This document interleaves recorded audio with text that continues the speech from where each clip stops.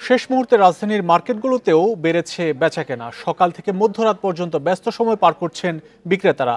ঈদ কেনাকাটা নিয়ে আরও খবর জানবো। রাজধানীর নিউ মার্কেট থেকে যোগ দিচ্ছেন সহকর্মী তারেক হোসেন। কি পরিস্থিতি দেখছেন? ক্রেতাদের চাপ কেমন, আর দাম নিয়ে ক্রেতাদের কোনো অভিযোগ আছে কিনা? এই ঈদে জামা জুতো অ্যাকসেসরিজের ডিসকাউন্ট। যেমনটা বলছিলেন, আসলে ঈদের শেষ মুহূর্তের বেচাকেনা জমে উঠেছে, কিন্তু বিক্রেতারা যেটি বলছেন যে গত কয়েকদিনে যেহেতু ঘরমুখো মানুষজন ঢাকা ছেড়েছে, সে কারণে এখানে আমরা আসলে অতটা বেশি ভিড় দেখা যাচ্ছে না। বিক্রেতারা বলছেন হয়তো বা বেলা বাড়ার সাথে সাথে ক্রেতার সমাগম আরো বাড়বে। আমরা এখানে এসে যেটি দেখতে পেলাম, নিউ মার্কেটে আসলে বিক্রেতারা বলছেন যে এবারের পোশাকের দাম কিন্তু অনেকটা সহনীয় পর্যায়ে রয়েছে। কিছু কিছু পোশাকের দাম অন্য স্বাভাবিক সময়ের তুলনায় একটু বাড়তি।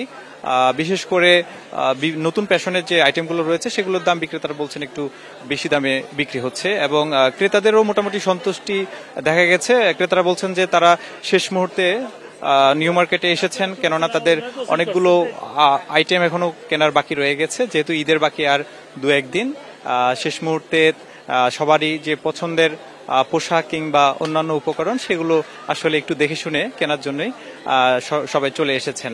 আর আমরা যেটা বাজার ঘুরে দেখা গেছে যে আসলে বিক্রেতারা বলছেন যে এবার কিন্তু মোটামুটি অন্যান্য বারের তুলনায় বেচাকেনা কিন্তু অনেক ভালোই জমে উঠেছে, এবং এখনো সেটি চলছে, এবং বিক্রেতারা আশা করছেন যে বেচাকেনা ঈদের শেষ মুহূর্ত পর্যন্ত এভাবে চলবে।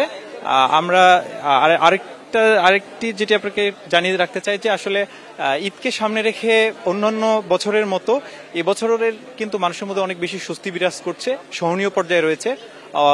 যেহেতু বিভিন্ন পণ্যের দাম এবং ঈদের যে পোশাকের উপকরণগুলো রয়েছে এগুলো সহনীয় পর্যায়ে রয়েছে, যার কারণে ক্রেতা বিক্রেতা উভয়ের মধ্যে একটা সহনীয় স্বস্তি বিরাজ করছে। শেষ মুহূর্তের ঈদের কেনাকাটায় ব্যস্ত নগরবাসী, সেই খবর নিউ মার্কেট থেকে জানাচ্ছিলেন সহকর্মী তারেক হোসেন।